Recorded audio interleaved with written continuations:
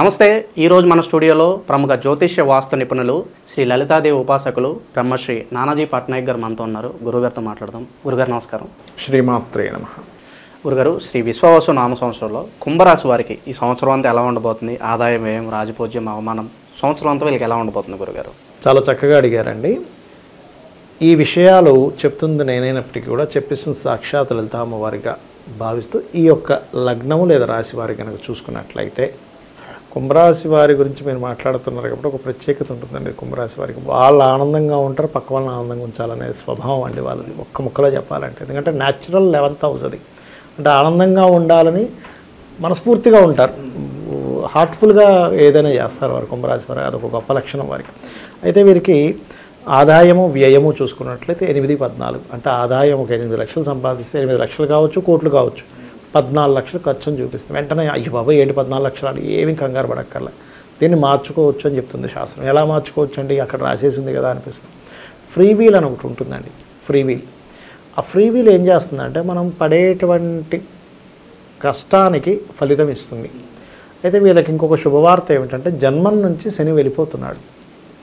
ఎప్పుడైతే జన్మం నుంచి 2లోకి వెళ్తున్నాడో ఫస్ట్ తల మీద ఏదో పెద్ద రాయి పక్కన పెట్టినట్టు అవుతుంది వీరికి. అయితే ఈ ఆదాయం పెంచుకోవడం ఎలాగండి, 2లోకి శని ఉన్నాడు కదా, గురురాశి అయింది కాబట్టి కాలభైరవ అష్టకం కానీ దత్తాత్రేయుడు యొక్క స్తోత్రపటం కానీ చేశారంటే రెండు ఒక ఎట్ ద సేమ్ టైం వీళ్ళకి రిలీఫ్ వస్తుంది. ఎలాగా ఆదాయము పెరుగుతుంది, ఖర్చు తగ్గుతుంది. అదేవిధంగా కాస్త బెల్లం గోవుకు తినిపించడం, గోసేవ చేయడం ఖచ్చితంగా ఖర్చు తగ్గుతుందండి, అందులో ఎటువంటి సందేహం లేదు. ఇక రాజ్యపూజ్యం అవమానంగానే తీసుకుంటే 7, 5 అంటే మెచ్చుకునే వాళ్ళ సంఖ్య 7 ఉంటే అవమానించే వాళ్ళ సంఖ్య 5 ఉంది. కాబట్టి పెద్దగా భయపడవలసిన పని లేదు. ఇంకా తగ్గించుకోవాలండి, అమ్మ అవమానాలు తట్టుకోలేకపోతున్నాము అని అంటే కనుక నేను ఒకటే చెప్తాను. ఒక్క 10 నిమిషాల రోజు కనుక లక్ష్మీ నరసింహస్వామిని తలుచుకుంటే 100కి 100% వీళ్ళ అవమానాలు తగ్గిపోతాయి. అయితే ఇక్కడ వీళ్ళు మొదటి 3 నెలలు మాత్రం అప్పు ఇవ్వడం, అప్పు తీసుకోవడం, లేదా సహోదర వర్గంతో ఏదైనా చిన్న గొడవ డిస్కషన్స్ లాంటివి ఉంటాయి. వాటికి కొంచెం దూరంగా ఉండగలిగితే, అంటే సహోదరుడి కోసం వీళ్ళు వెళ్ళి పోరాడితే వీళ్ళకి అవమానం వచ్చే ఛాన్సెస్ ఉంటాయి. ఇవి జాగ్రత్తగా కనుక ఉండగలిగితే ఖచ్చితంగా వీరికి బాగుంటుంది అనేటువంటి చాలా స్పష్టంగా చూపిస్తుంది. ఇక మిగతా గ్రహస్థితి ఎప్పుడైనా సరేనండి ఒకటే, రాహువు, కేతువు, గురువు, శని మేజర్ ప్లానెట్స్ సంవత్సర ఫలితాలు చెప్పుకునేటువంటి అంటే మేజర్ రోల్ వీళ్ళు ప్లే చేస్తారు.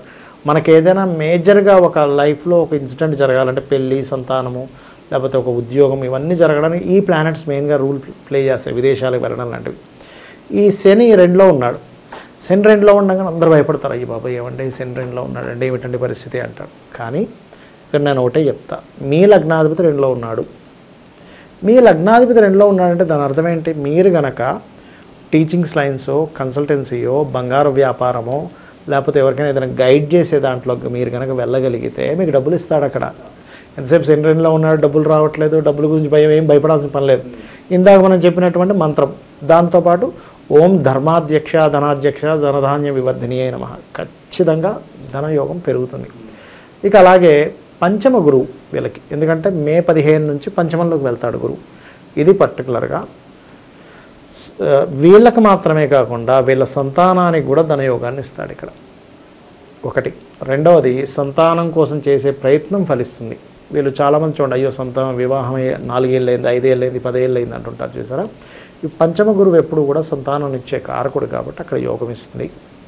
ఆ గురువు అక్కడ ఉండడమే కాకుండా అక్కడున్న గురువు ఏం చేస్తాడంటే హైయర్ ఎడ్యుకేషన్కి తోడ్పడటము, బిజినెస్ డెవలప్మెంట్స్కి తోడ్పడటం ఇస్తాడు ఇక్కడ. అంటే మీకు 2లో శని ఉన్నా మీరేం భయపడకండి, ఈ గురువు ఇక్కడ లాభాన్ని ఇచ్చేటువంటి దాన్ని చూస్తున్నాడు అనేటువంటిది మనం అర్థం చేసుకోవాలి.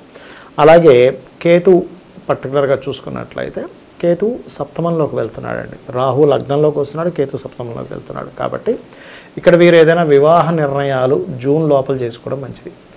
జూన్ దాటితే నన్ను అడిగితే ఏం చెప్తానంటే జూన్ దాటిన తర్వాత 1 సంవత్సరం ఆగమని చెప్తాను. కష్టతరం అవుతుంది అంటే ఏమి లేదు, చిన్న చిన్న విషయాలకే ఏదో అనుకోవడం ఇట్లాంటివి ఉంటాయి కాబట్టి చిన్న చిన్న ఈగో క్లాషెస్ వస్తాయి. కాబట్టి లేదంటే మేము ఆల్రెడీ జూన్ తర్వాత ఆల్రెడీ ఫిక్స్ అయిపోయింది ముహూర్తం కూడా, ఎలాగా అంటే నేను ఒకటే చెప్తాను, మీరు జూన్ తర్వాత 1 సంవత్సరంన్నర పాటు వీలున్నప్పుడల్లా కూడా రాహు కేతువు దగ్గర దీపారాధన చేయండి. ఖచ్చితంగా మీకు ఆ దోషం అనేటువంటిది అంటదు. అలాగే జూన్ తర్వాత ముఖ్యంగా గవర్నమెంట్ పీపుల్ని ఎవరినైనా మీరు పార్ట్నర్షిప్గా తీసుకునేటప్పుడు కొంతమంది ఏం చేస్తారంటే వాళ్ళ పేర్ల మీద వ్యాపారాలు ఉండకూడదని వాళ్ళు మనీ పెడుతూ ఇంకొకరితో పార్ట్నర్షిప్లో స్లీపింగ్ పార్ట్నర్స్ లాగా అటువంటి విషయాల్లో చాలా జాగ్రత్తగా ఉండాలి. అది అయితే రాహు రాశిలోకి వస్తున్నందుకు విదేశీ యోగాలు కూడా వీళ్ళకి చక్కగా ఫలిస్తాయి, దానికి ఏమి ఇబ్బంది లేదు. విద్యార్థుల పరిస్థితి ఏంటి గురుగారు? విద్యార్థుల పరిస్థితి బాగుంటుందండి. హయ్యర్ ఎడ్యుకేషన్, ఎందుకంటే 9వ స్థానం మీద గురువు దృష్టి కదా, ఎప్పుడైనా ఎవరైనా ఉన్నత విద్యలకు వెళ్తారా అంటే వాళ్ళు 9వ స్థానాన్ని చెక్ చేసుకోవాలి. దాని మీద గురువు దృష్టి ఉంది. సో నువ్వు ఇటు వరి అది. సో రియల్ ఎస్టేట్లోను స్టాక్ మార్కెట్లోను పెట్టుబడులు పెట్టుకోవచ్చు అంటారా? అది కలిసి వస్తుందంటారు ఈ సంవత్సరం అంతా? ఒకటండి, ఎప్పుడైనా గుర్తుపెట్టుకోండి, స్టాక్ మార్కెట్ అనేటువంటిది అది పర్టికులర్ కాంబినేషన్ ఉండాలి ఎవరికైనా. అది ఏమిటో చెప్తాను నేను మీకు. 2వ స్థానం అంటే ధనము, 5వ స్థానం అంటే మీ స్పాంటేనియస్నెస్. స్టాక్ మార్కెట్ మొత్తం దేని మీద ఆధారపడి ఉంటుందంటే ఎప్పుడు ఎంటర్ అవ్వాలి, ఎప్పుడు ఎగ్జిట్ అవ్వాలి, అది తెలియకపోతే నష్టపోతాడు. అంటే 5వ స్థానం ఈజ్ ఎగ్జిట్ అండ్ ఎంట్రీ స్థానం.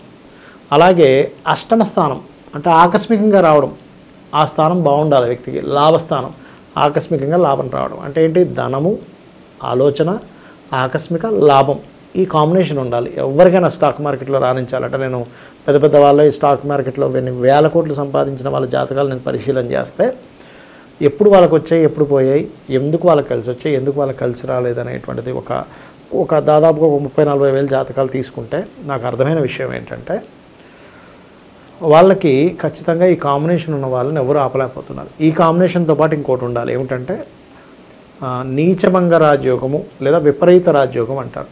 వాళ్ళకి తక్కువ కష్టంతో ఎక్కువ మనీ వచ్చే యోగం ఉంటుంది. మరి ఏమంటే మరి అందరికీ ఎందుకు ఉండదు ఈ యోగం అంటే వీళ్ళు పూర్వజన్మలో చేసిన కర్మ. అది ఎలాంటి కర్మ అంటే చెప్తాను చూడండి. ఒక ఊరంతా ఏదో పాడైపోతుంది, ఏదో కరువు వచ్చింది, ఈయన దగ్గర ఉన్న డబ్బులు మొత్తం ఊరికి పంచేశాడు. అంత గొప్ప కర్మ చేశాడు కాబట్టి ఒక చిన్న స్టాక్ మార్కెట్లో ఒక చిన్న దీంతో 1000 కోట్లు వస్తుంటాయి ఆయనకి. అంటే పూర్వజన్మలో చేసిన కర్మే ఇక్కడ ఇస్తుంది, ఏ కర్మ చేయనోడికి ఏమి ఇక్కడ ఏమి ఇవ్వదు. కాబట్టి స్టాక్ మార్కెట్లో కుంభలగ్నం వారికి ఉండే గొప్ప ఇదేంటంటే స్టాక్ మార్కెట్ వీరికి ఎంతో కొంత యాప్ట్ అవుద్ది. కాకపోతే వీళ్ళు చాలామంది చేసే మిస్టేక్ ఏంటంటే స్టాక్ మార్కెట్లో ప్రాపర్గా నేర్చుకోరు. దాని గురించి నేర్చుకున్న దాన్ని పర్ఫెక్ట్గా అప్లై చేయరు. నేర్చుకోవడం ఒక ఎత్తు, అప్లై చేయడం ఒక ఎత్తు, ఈ కాంబినేషన్ ఉండడం ఒక ఎత్తు. సినిమాలో డైలాగ్ కూడా ఉంటుంది, ఎప్పుడు మొదలు పెట్టామని కాదు ఎప్పుడు ఆపామనేదే ముఖ్యమని. ఎప్పుడు వచ్చామని కాదు, బుల్లెట్ దిగిందా లేదా. అట్లా ఏంటంటే ఈ మిస్టేక్స్ జరుగుతుంటాయి. బట్ నా సజెషన్ ఏంటంటే ఎవరికైనా నేను ఇందాక చెప్పినట్టుగా 2-5-8-11 కాంబినేషన్ చూసుకుంటూ మీరు విపరీత నీచభంగ రాజయోగాలు ఉన్న వాళ్ళే ఎంటర్ అవ్వమని చెప్తా.